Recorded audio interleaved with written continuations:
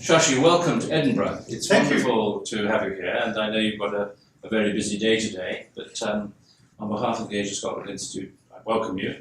Thank you. Good to be with you and really good to be in Edinburgh. Well, particularly too, since our mission is to educate and inspire the people of Scotland, future leaders, tomorrow's leaders, to understand better the broad scope of, obviously, Asia, and within it the importance of India.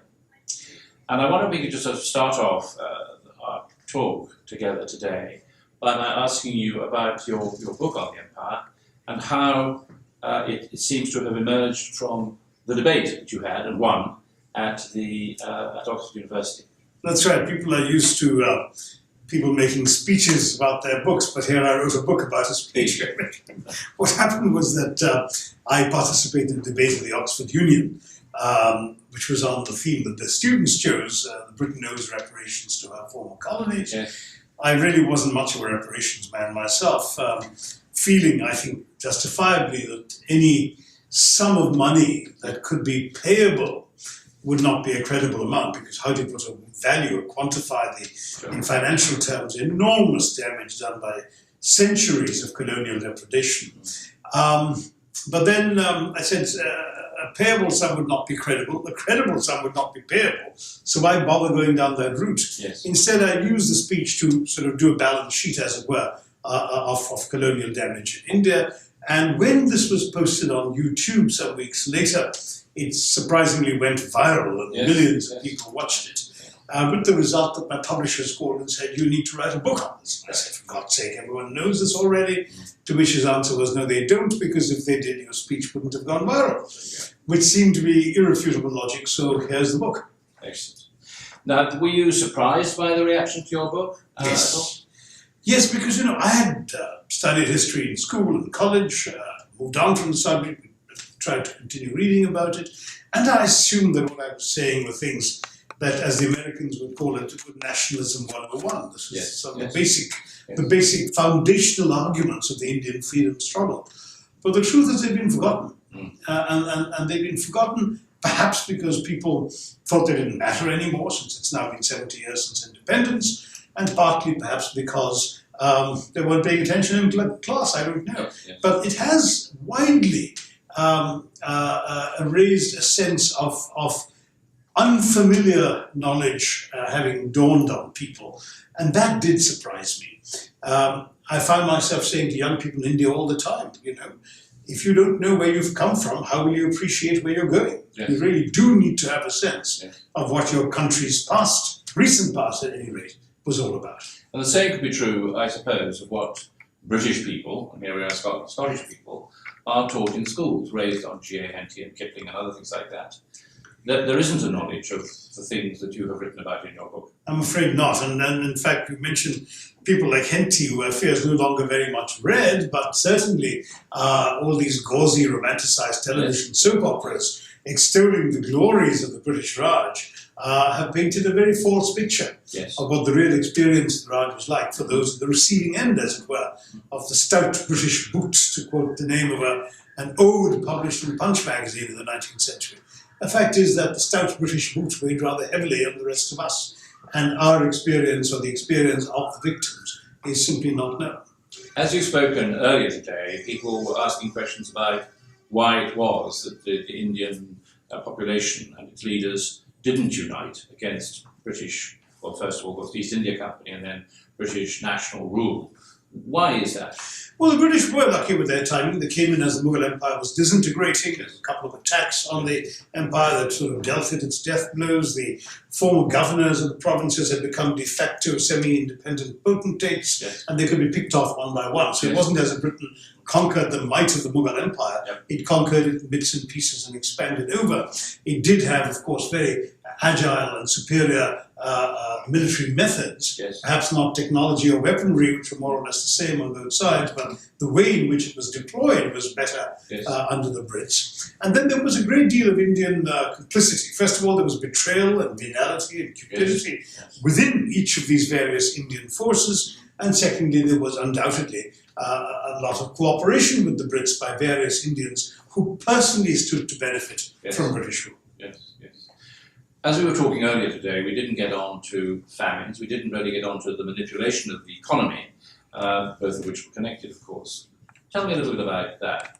Well, the famine story is a rather sad one because it really, there have been droughts in the past, but people have rallied around and helped the victims. Yes. And famine deaths, if any, were very, very few and far between in the past. But the Brits, you see, approached famines, whether in India or in Ireland or anywhere else, with a set of principles. Yes. They were very much people who did things by the book, as it were. Sure. And so they said, number one, thou shalt not give charity, because charity encourages idleness. Remember the workhouses of Charles Dickens' day? Yes, So indeed. this was very much a deeply entrenched British view.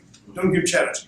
Secondly, the laws of the market must prevail. Yes. If you want to buy grain from places where there isn't enough of it because of a drought, but you need the grain for the bread baskets of London, you go ahead and buy it, drive the prices up beyond the reach of the starving, but it doesn't matter, that's the laws of the market. Adam Smith would have Yes. approved. Yes. Or so they thought. Number three, Malthusian principles. If the land can't sustain Yes. the population that's trying to live off it, then people must die. Yep. That was the third principle. And the fourth was Victorian fiscal prudence. Thou shalt not spend money thou hast not budgeted for, and thou shalt not budget for a famine. Yep. So the result was a systematic series of decisions made in successive famines, which cost lives unnecessarily, and which were enforced with utter cruelty. I recount one incident I came across in the Orissa famine of the 1860s, 1866, in which a Mr. McMinn, who out of the kindness of his heart wanted to give some food to a starving man, was ordered by the British on pain of deportation to stop doing so. So this kind of thing was just unfortunately very, very nasty. And as England itself became more enlightened in the later part of the 19th century and the British public started demanding more decent behavior, the government of the British government in India very reluctantly authorized workhouses, work camps. Yes. But as has been demonstrated by British researchers, the rations they provided to these poor souls working to keep body and soul together were lower than the rations that Hitler gave the inmates of the Buchenwald concentration camp before sending them off to be gassed. So it really was quite inhumane.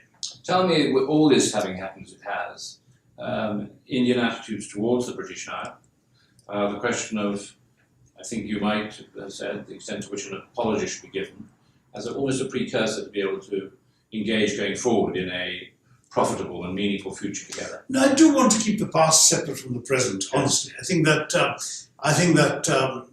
as I said during our talk today, an apology would be a very fine thing to do. Others have done it, notably Willy Brandt in Poland, Justin Trudeau in the Canadian Parliament, to the people of India. Yes. So the fact that the British have never apologised is a shame, at least for the atrocities, at least where even objective British historians will concede that an apology is due. Yes. It seems to me that that would be a good thing, but it should not be a precondition or a precursor, because I do believe we have to look beyond the past. I mean, today, India and Britain are economies of roughly the same size. Their relationship is that between two sovereign equal countries. Yes. Yes. I don't need to approach the British with a chip on my shoulder, and I certainly should not, I think, impose such a precondition.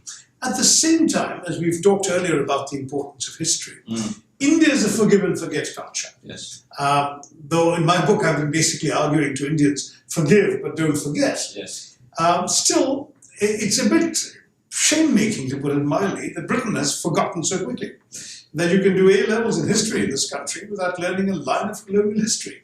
There's a whole contribution to building up the Britain of today that was made by the colonies, by the wealth of the colonies and the labour of the colonies, which is now completely forgotten, obscured or brushed under the carpet. And I think for all of these reasons, it behoves, it would be good for Britain, let's put it that way, if Britain woke up and took a look at its own history whole, rather than for India to sit around saying, you need to apologise. I say, as an individual Indian, it would be good for you if you did indeed apologise. But whatever the readers of your books may say, or some of your critics, what you have given us is a very strong wake-up call to understand what has happened in the past, to take a deep breath and move forward together in the future. And as I said at the beginning, since our role here is to educate and inspire tomorrow's leaders in Scotland, I think your talk and your book have gone a very long way towards doing that. So I should thank you again very much for all that you've said today. Thank you, Roddy. I have a slightly mischievous passage in the book in which I talk about how Scotland, before the Act of Union, Yes. failed at its own attempts at colonization in Central America and so on. The Darien Panama, scheme. Darien, all of Yes. that. And then by joining England in the Union, Yes. India was opened up to the Scots. Right. And though Scotland was, I think, something like 7% of the population of Britain at the time, it was about 20% of the British presence in India. Scots did very well, the jute factories of Dundee and all Yes. of that. And the result was that it seems to me, and this is the mischievous part, that when India left, the bonds of the Union began to fray. You may well be right. Thank you. Anyway, good to be here in Well, Scotland with you. Thank thanks you. a lot. Thank you.